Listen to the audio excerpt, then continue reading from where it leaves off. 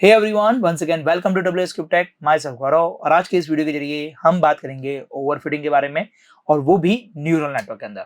तो आप देखिए न्यूरल नेटवर्क के अंदर ओवरफिटिंग को हम कैसे आइडेंटिफाई करेंगे और उसके साथ साथ हम ये भी जानेंगे कि इसको कैसे रिमूव किया जाता है। यदि आपको भी Python, machine learning, data science and data analysis जैसी फील्ड में अपने आप को ग्रो करना है तो इसके लिए डब्ल्यू स्क्रिप्ट टेक के ऑनलाइन एंड ऑफलाइन बने बैच के अंदर ज्वाइन करके आप अपने स्किल को इंप्रूव कर सकते हैं।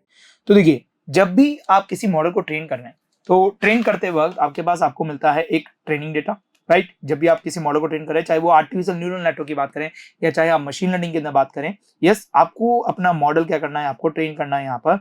तो इसके लिए दो तरह का डेटा चाहिएगा यहाँ पर। सबसे पहले आपको चाहिए यहाँ पर ट्रेनिंग डेटा, राइट। क्या चाहिए आपको? ट्रेनिंग डेटा चाहिए।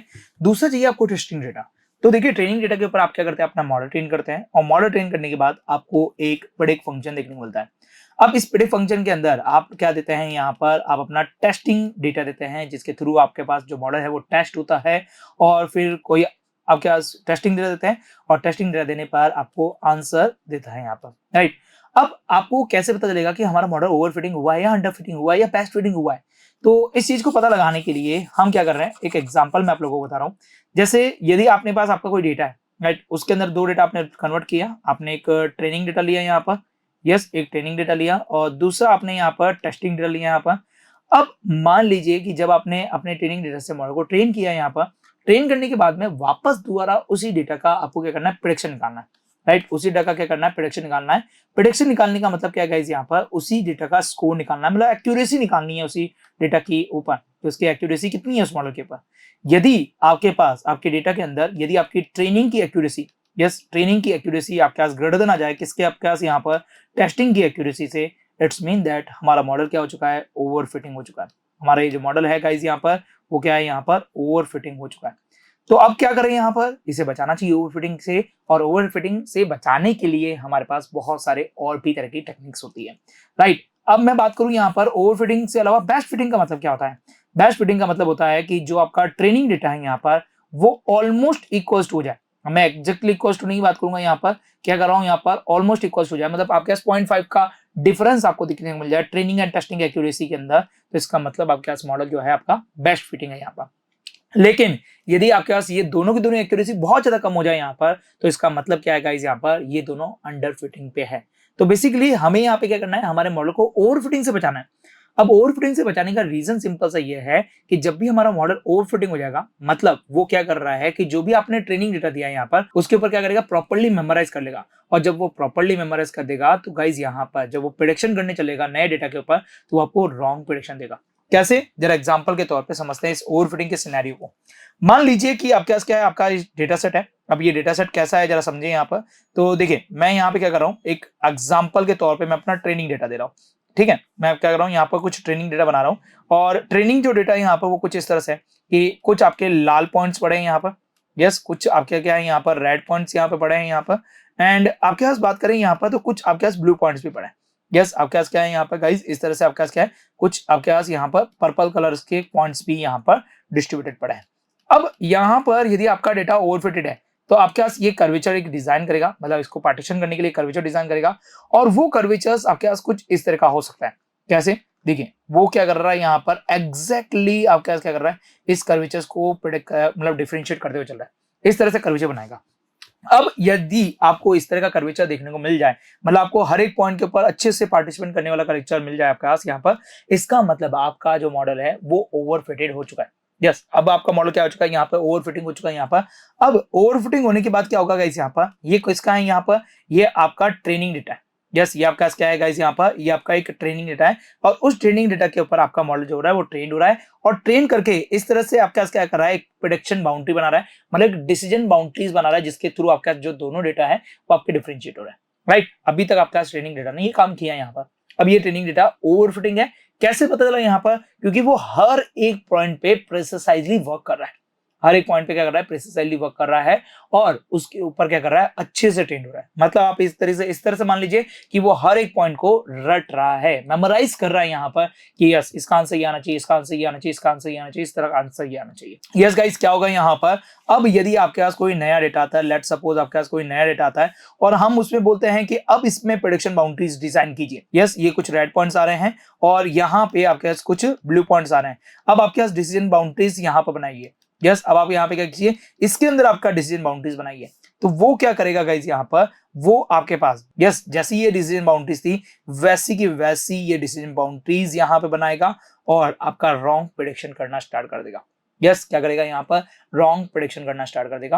राइट, तो बेसिकली गाइस क्या हो रहा है, तो ओवरफिटिंग का मतलब क्या हो रहा है गाइस यहाँ पर, कि आप जो ट्रेनिंग डेटा दे रहे हैं उस ट्रेनिंग डेटा को वो अच्छे तरीके से मेमोराइज कर रहा है, ना कि उसके कॉन्सेप्ट को समझ रहा है, ना कि उसके फीचर की अंडरस्टैंडिंग कर रहा है यहाँ पर। राइट, उसको कह रहा है, याद कर रहा है यहाँ पर।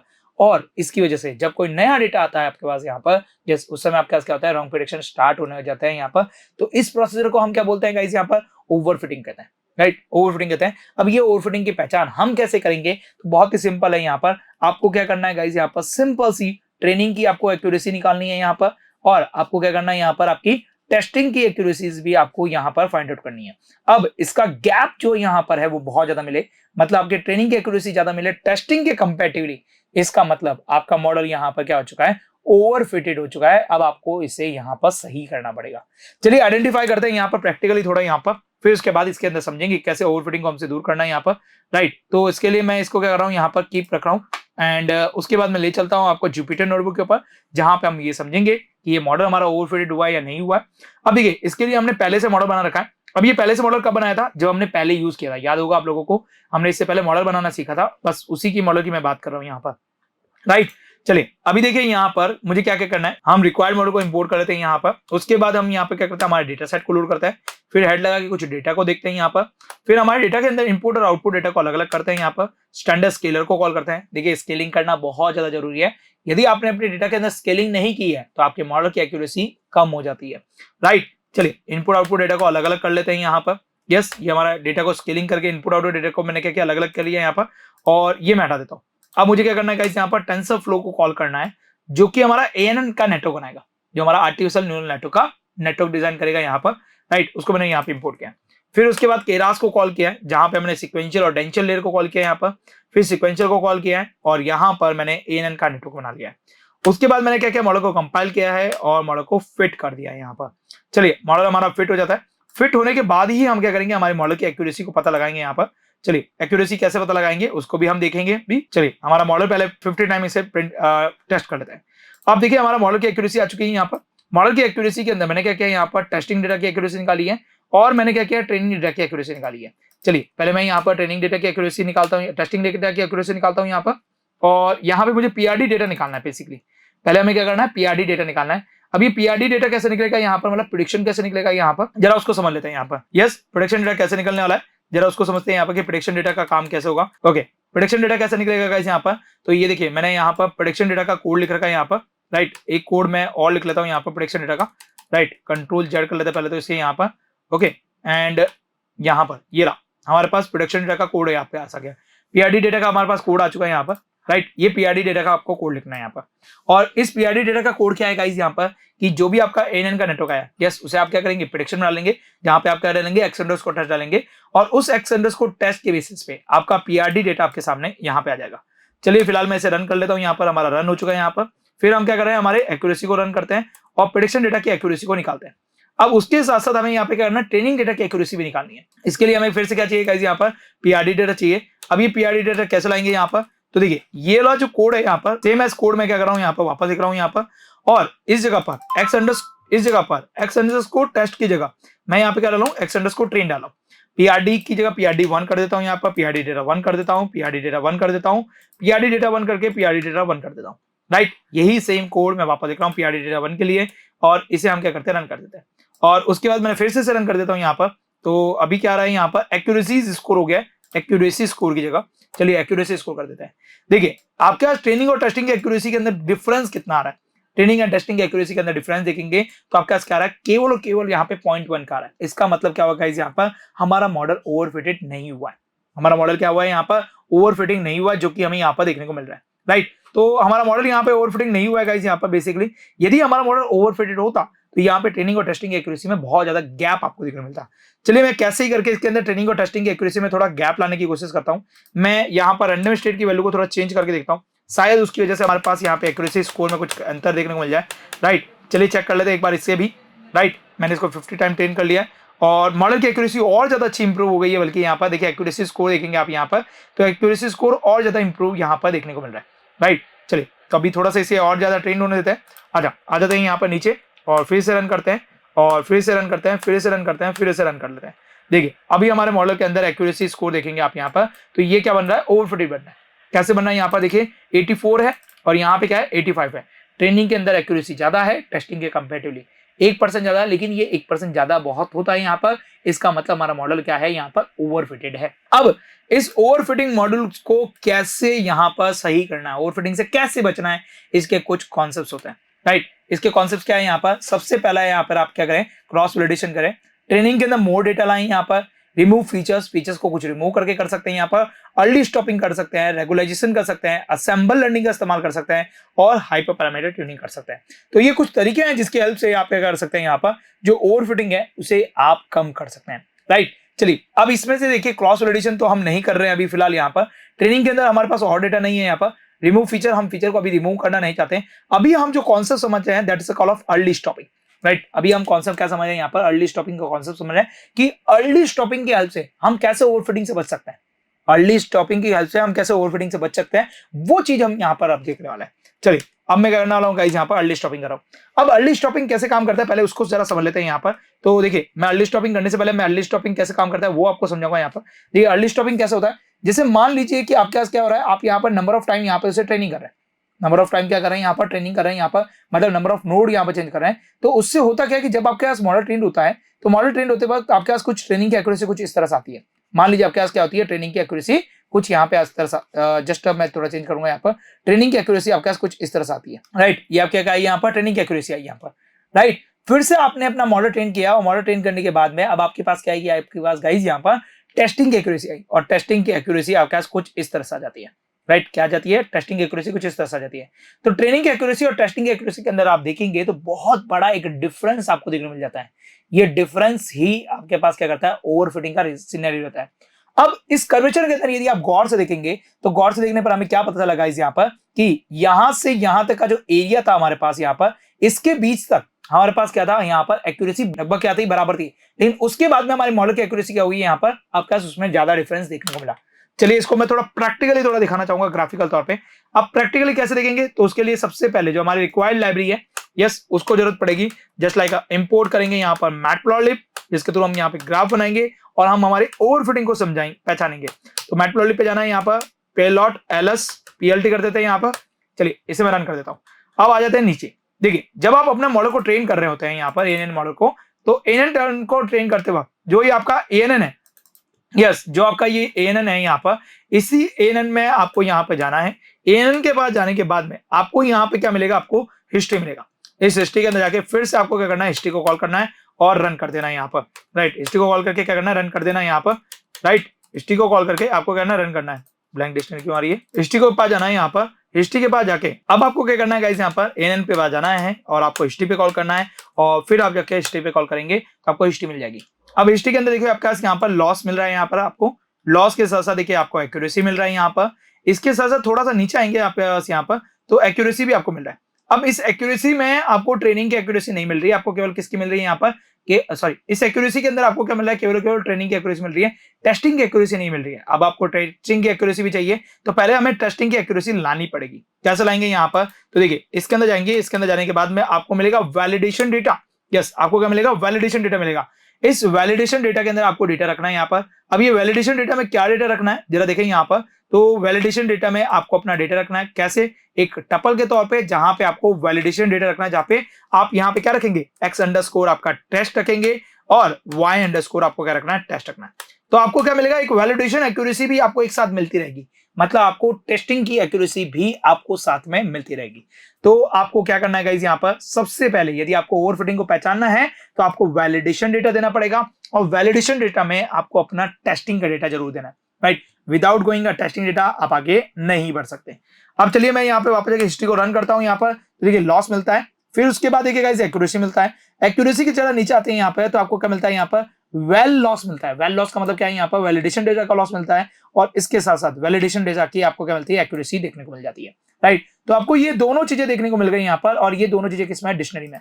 अब यदि मुझे यहाँ पर एक्यूरेसी निकालनी है, क्या निकालनी है, एक्यूरेसी निकालनी है, तो मैं रन करूंगा, मुझे मेरी एक्यूरेसी देखने को मिल जाएगी। अब ये एक्यूरेसी किसकी है गाइस, यहाँ पर ये हमारे मॉडल के ट्रेनिंग की एक्यूरेसी है।